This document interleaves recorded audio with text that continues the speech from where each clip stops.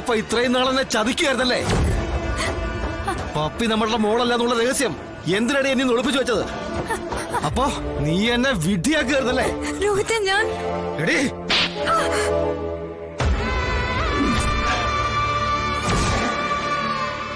അവൻ ചിലപ്പോ ശ്യാമെ കൊന്നെന്നും ഇരിക്കും. അനാഥനായ അവന് ആകെയുള്ള ഒരു അവകാശിയാണ് പപ്പി. അതുകൂടി അവന്റെ സ്വന്തം അല്ലെന്നറിയുമ്പോ അവന് ഭ്രാന്ത് വരും, ഭ്രാന്ത്. അപ്പൊ പിന്നെ ശ്യാമയെ കൊല്ലുന്നതുകൊണ്ട് കുഴപ്പമില്ലല്ലോ. ഭ്രാന്തന്മാർക്ക് ഇപ്പൊ എന്തും ചെയ്യാലോ. പിന്നെ ഞാൻ അത്ര ചീപ്പൊന്നും അല്ല ശാലിനി.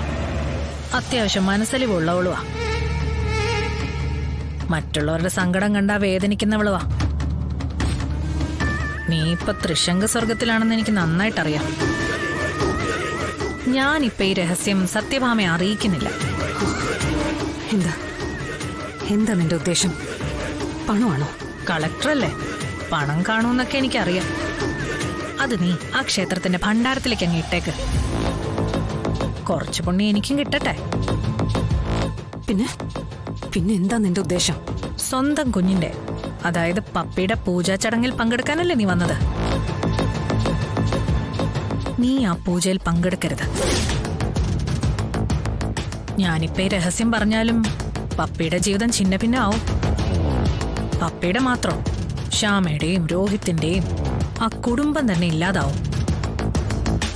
നീ ആ ഹോമത്തിൽ പങ്കെടുക്കാതിരുന്ന ഇതൊന്നും സംഭവിക്കില്ല. അമ്മയുടെ സ്ഥാനത്ത് നിന്ന് ശ്യാമ കാര്യങ്ങൾ ചെയ്യുകയും ചെയ്യും. നിനക്ക് ഞാനൊരു 5 മിനിറ്റ് സമയം തരും. അതിനുള്ളിൽ നീ അവിടുന്ന് പോണം. ഇല്ലെങ്കിൽ ഇവിടെ നടക്കാൻ പോകുന്നത് നീ ചിന്തിക്കുന്നതിനും അപ്പുറമായിരിക്കും.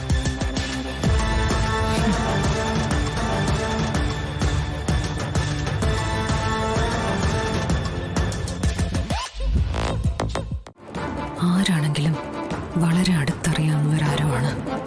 ആരായിരിക്കും അത്?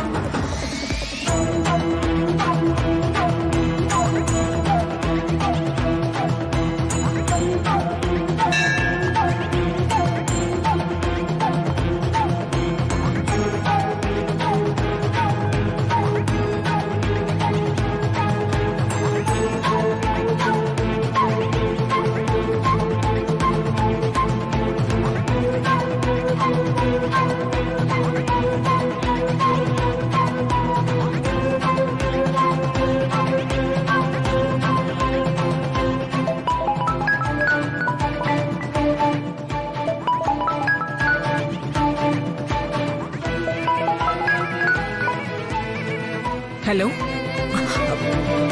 ഹലോ, സത്യഭാമയല്ലേ? മാഡം. സത്യഭാമ, ആരാ സംസാരിക്കുന്നേ? ഞാൻ കുറച്ച് ദൂരേന്ന് വിളിക്കുക. എന്റെ പേര് സുനിത. എനിക്ക് അത്യാവശ്യമായിട്ട് കളക്ടറോടൊന്ന് സംസാരിക്കണം. കളക്ടറോട് സംസാരിക്കണമെങ്കിൽ അത് അവരുടെ ഫോണിൽ വിളിക്കണം. ഇത് സത്യഭാമയുടെ ഫോണാ. അയ്യോ മാഡം, അങ്ങനെ പറയരുത്. കളക്ടറുടെ നമ്പറിൽ വിളിച്ചിട്ട് കിട്ടാത്തതുകൊണ്ടാണ് ഈ നമ്പറിൽ വിളിക്കുന്നത്. കളക്ടറുടെ മദർ ഇൻ ലോന്റെ ഫോൺ നമ്പർ ആണെന്ന് പറഞ്ഞ് തന്നതാ. പറഞ്ഞാൽ എന്ത് കാര്യവും നടത്തിത്തരുന്നും പറഞ്ഞു. എനിക്ക് എങ്ങനെയെങ്കിലും കളക്ടറോടൊന്ന് സംസാരിച്ചാൽ മാത്രം മതി മാഡം. ഞാൻ ഇവിടെ ഒരു ക്ഷേത്രത്തിൽ നിൽക്കുക. എനിക്കിവിടെ ഒരുപാട് കാര്യങ്ങൾ ചെയ്തു തീർക്കാനുണ്ട്. നിങ്ങൾ മറ്റെന്തെങ്കിലും വഴി നോക്ക്. അയ്യോ, അങ്ങനെ പറയരുത് മാഡം. ഇത് രണ്ടുപേരുടെ ജീവിത പ്രശ്നം. ഇതിനിപ്പോ പരിഹാരം കാണാൻ പറ്റിയില്ലെങ്കിൽ ആരെങ്കിലും ഒരാൾ ആത്മഹത്യ ചെയ്യും. കളക്ടർ ഏതോ ക്ഷേത്രത്തിൽ ചടങ്ങിന് പോയിരിക്കാണെന്ന് പറഞ്ഞു. അതാ മാഡത്തിന്റെ നമ്പർ തപ്പിപ്പിടിച്ച് വിളിച്ചത്. ദയവ് ഇത് മാഡത്തിന്റെ ഫോണൊന്ന് കളക്ടർക്ക് കൊടുക്കണം. ചേടാ, ഇത് വലിയ ശല്യമായല്ലോ. അങ്ങനെ പറയല്ലേ മാഡം. ഒരു മനുഷ്യജീവന്റെ കാര്യമല്ലേ. ഒന്ന് സഹകരിക്കും മാഡം, പ്ലീസ്. ശരി, ഞാനൊന്ന് നോക്കട്ടെ. ആ,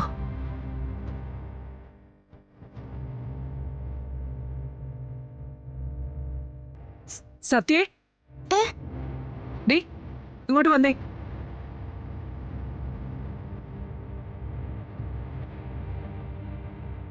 അതെ, ഈ ഫോൺ നിന്റെ അമ്മയ്ക്ക് കൊണ്ട് കൊടുക്ക്.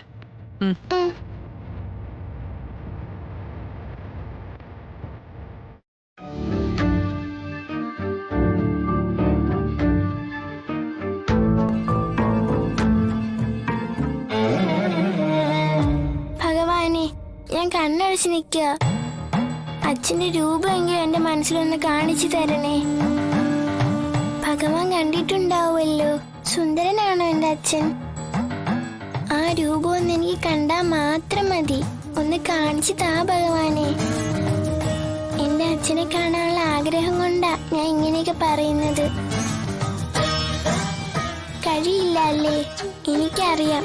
ഭഗവാൻ മനഃപൂർവ്വം എന്നെ സങ്കടപ്പെടുത്തുക. എന്റെ അച്ഛൻ എന്തായാലും കുറെ കഴിയുമ്പോ വരുമല്ലോ, അപ്പൊ ഞാൻ കണ്ടോളാം. സങ്കടത്തോടെ ഞാൻ കണ്ണു തുറക്കുക.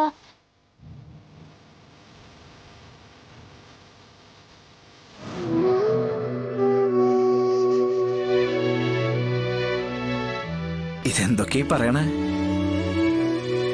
ഇത് കണ്ടിട്ടാ ഞാനിങ്ങോട്ട് വന്നേ. അടുത്ത് വന്നപ്പോഴാണ് മോള് പ്രാർത്ഥിക്കുകയാണെന്ന് മനസ്സിലായത്. അതാ മിണ്ടാതെന്ന്. അച്ഛന്റെ രൂപം എനിക്ക് മനസ്സിൽ കാണിച്ചു തരാൻ ഞാൻ ഈശ്വരനോട് പറയായിരുന്നു.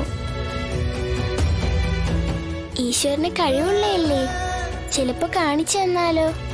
അതാ ഞാൻ അങ്ങനെ ചോദിച്ചത്. എന്നിട്ട് കാണിച്ചു തന്നോ? ഇല്ല. അച്ഛന്റെ രൂപം കാണാത്തതില് സത്യം മോൾക്ക് സങ്കടമുണ്ടോ? അതുണ്ട്, പക്ഷെ നടക്കില്ലല്ലോ. ചിലപ്പോ ഭഗവാനും കണ്ടിട്ടുണ്ടാവില്ല. ജോലി തിരക്കുള്ള ആളല്ലേ.